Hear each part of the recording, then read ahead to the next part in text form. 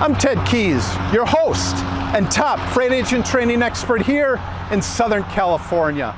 Welcome to this edition of your Freight Sales Success Training.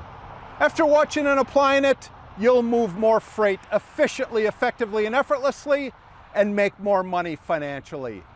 And if you have any questions, call me, Ted Keys, at 626-309-9141. Now enjoy watching, learning, and applying.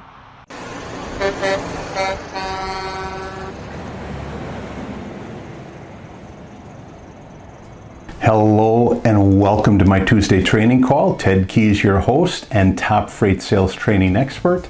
This is a free high-powered training I hold live every Tuesday for new, struggling, and top-producing freight sales agents, forwarders, and freight brokers at 2 p.m. Pacific Time and 5 p.m. Eastern Time.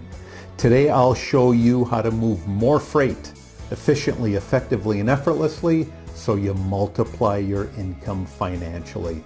And after this training, go to my website, tedkeysonline.com, to hear more of my podcasts, read more of my blog posts, watch more of my videos, and then visit my Freight Sales Success store for top-notch freight moving products that multiply your income as well. When you arrive at my Freight Sales Success store, you'll see a host of products available there for purchase. First one you'll see is my Freight Sales Success Guide, typically for beginner and struggling freight agents, that when you join our top producing freight sales office, I do provide this for you free of charge. Next product you'll see there is my Freight Sales Success Quotes. These quotes will get you motivated daily for you to get on the phone and make connections and build relations with the marketplace. Third product you'll see there is my Freight Sales Success Skills. These skills, as you'll see, this profession requires a tremendous amount of different skills. My Freight Sales Success Skills will teach you what's required to become a success. And also, my next product you'll see is my Freight Sales Success Training that will take you from knowing little or nothing about moving freight to watching the videos and covering your first load and beyond. Those products available in my Freight Sales Success store. And while you're there at my website, on any page you happen to be, just go to the right and enter your contact details. By doing that, you'll receive your own weekly email invite to this and every training. You'll also get my free attachments I provide on every training. You'll also get my free report that's been downloaded thousands of times, 11 ways freight brokers move 20 plus more loads per week. And if you want to multiply your income with my top producing Freight Sales Success System for freight brokers, agents, forwarders, importers, and exporters, then go to tedkeysonline.com to get started. Today's topic is how you commit to freight sales, how you commit to freight sales. Now, I didn't say why, I didn't say where, I didn't say what. I said how you commit to freight sales. The best way how I'm going to do that is explained to you in a well-known documented example. So for those of you that are on my Gmail contact list, just go ahead and scroll down to any one of those number of invites that I sent you today. When you get on my list, I do send you invites to my free Tuesday training call. Just scroll on down to the bottom and go ahead and open up that attachment with the free document that I've provided. Again, get on my list, get my invite, and you will get my free document that I go over every week. And again, today, my topic is how you commit to freight sales, how you commit to freight sales.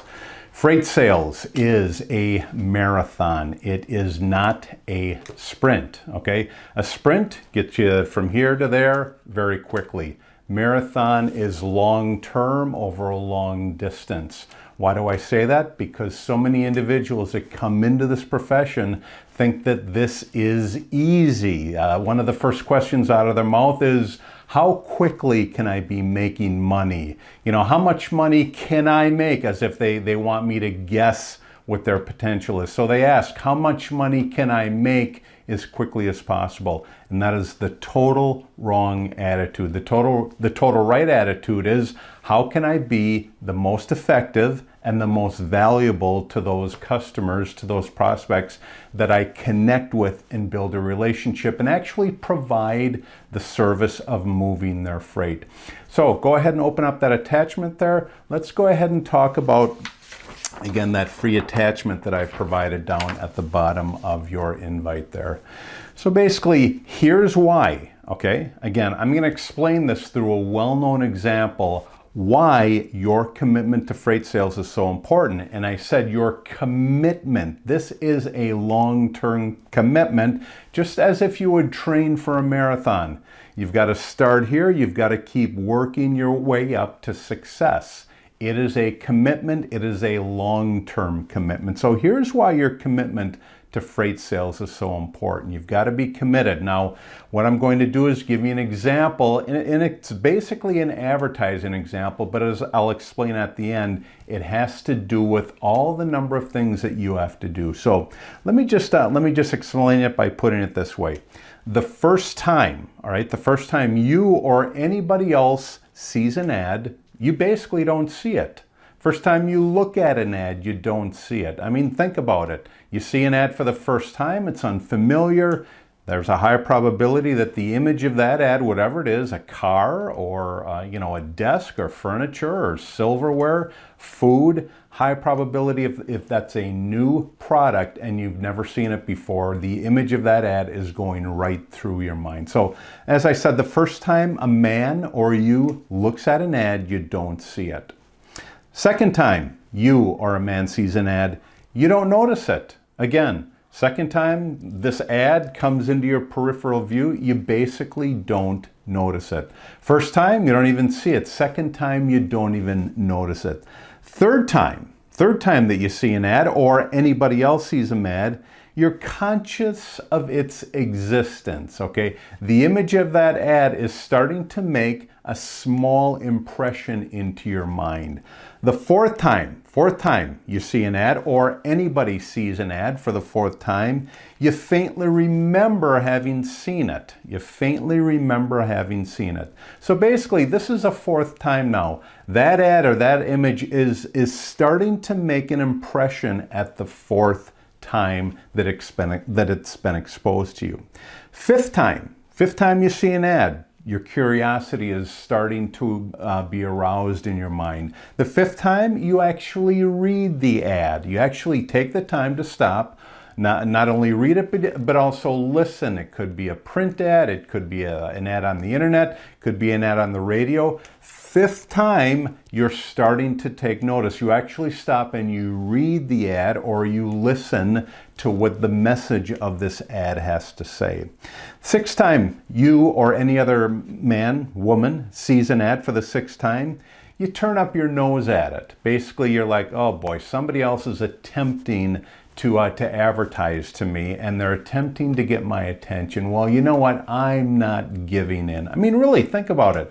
Think about how many times an advertiser has attempted to get your attention, and around this time, okay, it could be a new TV show, it could be anything, especially in sales. How many times has an advertiser attempted to get your attention, and around this time, this fifth, sixth, seventh time, you're basically thinking, this company is not going to get my attention. I am snubbing my nose at it.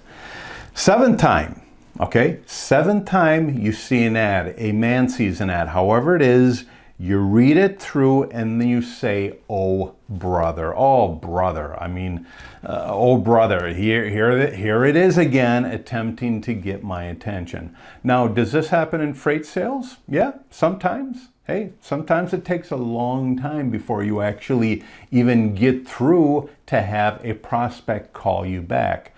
But let me refresh it by saying this. And this rule applies not only to freight sales, but really in life in general. 80% of your sales in this profession will come between your 5th and your 12th contact. Now, I haven't even gotten to my 12th to my 12th example here, but usually that's how many times it takes for you to make a call to a prospect and actually get them to take you seriously, to see your value and give you the opportunity to move their freight. So 7th time, you read through it and you say, oh brother, like here's that ad again. 8th time, you see this ad. Somebody sees an ad, a woman sees an ad, and they say, here's that confounded thing again. Here's that confounded ad again. Again, your attitude at this point is, they're attempting to get my attention. I'm just not giving in. How many times have you received a call from a telemarketer? Okay, that's just a one-time shot. Think of how challenging that is for a telemarketer to call you, get your attention, provide value, okay, and then have you think, hey, this guy can assist me in this matter. All right, that takes skill, because typically they're calling you on the first time is just like the first one. Man sees an ad and he doesn't, he sees an ad, but he doesn't see it. A telemarketer calls you, you hear them, but in reality, your first reaction is, I'm not interested, thank you for calling. 9th time, you see a new ad. Somebody sees a new ad, a woman sees a new ad. You wonder whether it amounts to anything. Okay, hey, this ad is starting to make an impression in your mind. So you're starting to wonder, gee, I wonder if this new product, this new service is going to amount to anything. Okay, that's the 9th time that you see an ad. The 10th time that you see an ad, you're going to ask your neighbor, you're going to ask somebody else that you're talking to. It could be a neighbor, coworker, another fellow freight agent, could be your wife, could be a child, it could be anybody. You ask them if they have ever tried it. Hey, have you heard about this new product? You know, it's a new vacuum. Again, whatever it is, you know, it could be a car vacuum, it could be something for your car. You start asking somebody else if they've seen it and have they tried it. Now that's to the 12th time that the standard individual has seen an ad. 12 times, okay? I take it back. That's the 10th time somebody has seen an ad. Now the 11th time somebody has seen an ad for this new product, whether it's you or somebody else, the 11th time you wonder how the advertiser makes it worth his while. Because here, you've heard this advertisement 11, 12 times now. Let's say 11 times, okay? You wonder, boy, how does this company stay in business? I mean, this is the 11th time, or this is an exorbitant amount of times that I've seen this ad, and yet I have made no effort to make a purchase. That's the 11th time. 11th time you start wondering, boy, how does this company stay in business? Well, they stay in business because they have numerous other products to sell. If you've got one product to sell from the beginning, boy, think about the foundation that you have to build just to get attention on that item. Most corporations, they have oodles of money behind all their products. To send another product out there into the marketplace really doesn't matter to them as long as their message on that particular product is converting. They're getting value out of their ad and it's returning profit for them. 12th time, you or somebody else sees an ad for a new product, you think, or you start thinking that it must be a good thing. It must be a good thing. Hey, I've seen this ad so many times now. Now again, if it's an ad for a woman's product and you're a man, you're not going to give it much attention. Same thing for a woman. You're a woman, it's a product for a man, you're not going to give it much attention. However, you may start thinking, boy, this is a good thing, or for my husband, for my boyfriend, for my son. It could be anything like that. But the 12th time you hear this ad or see this ad, you start thinking, this must be a good thing. 13th time, hold on a second, folks. 13th time you see an ad for this new product, same old product, you might start thinking, or you may start thinking that, hey, this thing is worth something because again, That's the images, all these images entering your mind, again, regardless of what the product is, all these images are starting to have an effect on your decision making. So the 13th time, you've seen this ad for the 13th time, you start thinking that this product might be worth something. The 14th time you've seen this ad, or again, by this time it could be a version of this ad. Okay, the advertisers maybe switched it up, but the 14th time you've seen something close to this variation, you remember that you always wanted such a thing. You remember that you always wanted such a thing. Again, these impressions are starting to make, these images are starting to make impressions into your mind where you're actually thinking, hey, I may require this thing. I may require this thing. The next time you see an ad or a version like it, the 15th time, you're tantalized because you can't afford it. I require this thing. These images has made an effect on me. You start thinking, I require this thing, but oh boy, here's the objection in your mind. I'm unable to afford it. You know, it could be a $10 item, could be a $5 item, could be a $10,000 item. You can come up with any excuse that you desire to make an objection to making a purchase. But remember, the advertiser at this point has made an impression in your mind because of the images, either by radio, by TV, by newspaper, by internet. They've made this inroad into your mind because of all these images that they've planted in your mind. Let's move on. The 16th time you've seen this ad for this new product, you think that you'll buy it someday. You think that you'll buy it someday. You actually make a commitment to yourself that you feel, and you say, you know what, I'm going to get that someday. Again, regardless of what it is. Could be a boat, could be a car, could be a truck, could be a camper, an RV. I mean, that's a good example where you'll say to yourself, you know what, I'm going to get that someday. But then again, it could be the same response to a new toilet paper product or a paper product or anything like that. So many images have come into your mind at this point that this is what you're actually thinking. Hey, you know what? I'm going to get that someday. 17th time you've seen an ad for the same item. Okay, the same item. You make a memorandum of it. Again, you click it into your mind. I've seen that again. Boy, this particular item has got to have some value to it. So you basically make a note or a memorandum in your mind. I've seen it again. You're considering this item. 18th time you've seen a new ad. Okay, 18th time you've seen a new ad for this one particular new product. You swear at your poverty. You swear at your poverty. This goes back to 16. Basically, you're saying you can't afford it. Now you're saying, hey, I am impoverished. Even though you've got money in the bank account, you've got, equity in your home, you swear at your poverty by saying, I am unable to afford this new item. However, you're doing that because more and more images on this product have come into your mindset where you're actually thinking, hey, I am in poverty, I cannot afford this. But then again, the advertiser wants you there. The advertiser wants you to make a decision. Just by doing this, the advertiser knows that you're making a decision on this product. And you're making a decision because the image of this product has entered your mind so many times.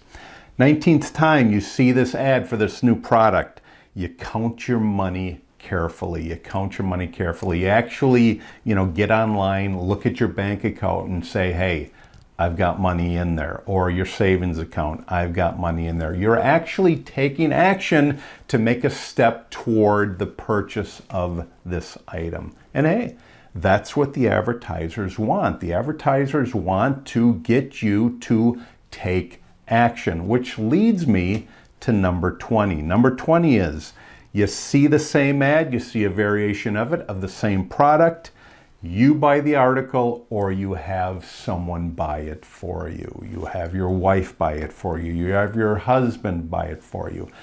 Image number 20, you actually take action to purchase this item.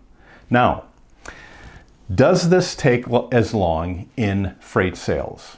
Sometimes yes, sometimes no. Sometimes you could get your prospect to give you the ability to move the freight after contact number 2. But the process is the same. Does this all sound familiar? Does it sound correct? Does it, think about all the products that you've, purchased in your lifetime. A lot of times, many times, an image after image after image has had to have been planted in your mind in order for you to take action. Now, let me say this. This list that I just shared with you, this was written in 1885. 1885, what is that? Like 140 years ago, 130 years ago? It was written that long ago. What does that mean? It means that it shows that marketing has not changed much. My question to you is this. Will you stop reaching? Okay, will you stop reaching your prospects or continue to reach them until you've made it to call number 20 or email number 20? Again, let me go back to that statistic that I shared with you earlier.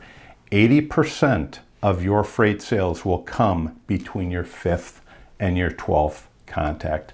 I stress this so heavily because of this.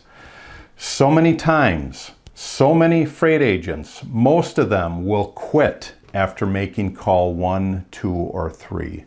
So just think about it. Most freight agents will stop making a call to a new prospect after call 1, 2, or 3. Think of the additional progress that you're going to make, the additional product that you're going to move for them when you continue after call number 3, call number 4, call number 5. This is all about making an impression in your freight prospect's mind. They will give you the opportunity to move their freight when they feel that you have made or you've gone ahead and taken an action. They find value in you. Okay. Again, this value can come after call 1, but it's very little. This value can come after call 3, but it's very little. This value can come between your 5th and your 12th, which again, that's where everything is bunched up between that 5th and that 12th contact, where most freight prospects, 80%, will give you the opportunity to move their freight. So let me finish it off by saying this. Are you committed to doing whatever it takes and never quitting? That is what commitment is all about. That is how you commit yourself to freight sales. That's how you commit yourself to freight sales, and that's how you stay committed to freight sales, by continuing to make those calls time after time, or emails time after time, or a combination of calls and emails time after time after time. Stay committed until you actually get a hold of your freight prospect and they give you the opportunity to move their freight, provided that what they have to move fills in or meets your standards. If you're talking to a freight prospect, which is not going to be a freight prospect at all, and they just move boxes, well, if you start off at a pallet, that is not a prospect. These are individuals, prospects that meet your standards, your qualification to move their freight. Great topic today. And again, how you commit to freight sales. You do it by staying in it over the long run. Don't come into this profession wondering, gee, how much money can I make in the shortest amount of time? It doesn't happen that way. It happens by you making contact with the marketplace, building relations with the marketplace, and staying committed to that whole process. Great topic today. Thank you again for joining me on my Tuesday training call. It's been a pleasure having you today. I will do this all again next week on my Tuesday training call, same time, 2 p.m. Pacific time and 5 p.m. Eastern time on my Tuesday training call. Take care, God bless, and I'll see you all again next week on my Tuesday training call. Bye-bye. So to wrap up today's training, if you want to multiply your income to get more time, money, and freedom, then get my top producing freight sales success system at tedkeysonline.com. Go there now and get started today.